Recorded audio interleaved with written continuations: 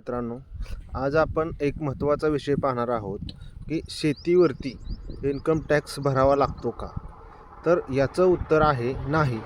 परंतु याच्यामध्ये काही गोष्टी दडलेल्या आहेत. तर जर समजा तुम्ही पगारदार आहे, एखादा व्यक्ती एखाद्या कंपनीमध्ये जॉब करतोय आणि त्याला वार्षिक उत्पन्न या वर्षीचं 12.5 लाख रुपये आहे आणि प्लस शेतीचं उत्पन्न 3.5 लाख रुपये आहे.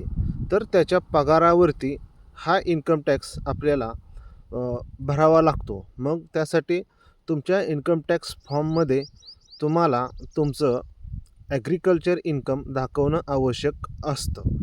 तर थेट भाजीपाला विक्री जे असेल तर त्याच्यावरती तुम्हाला ॲग्रिकल्चर इन्कमवरती टॅक्स लागत नाही.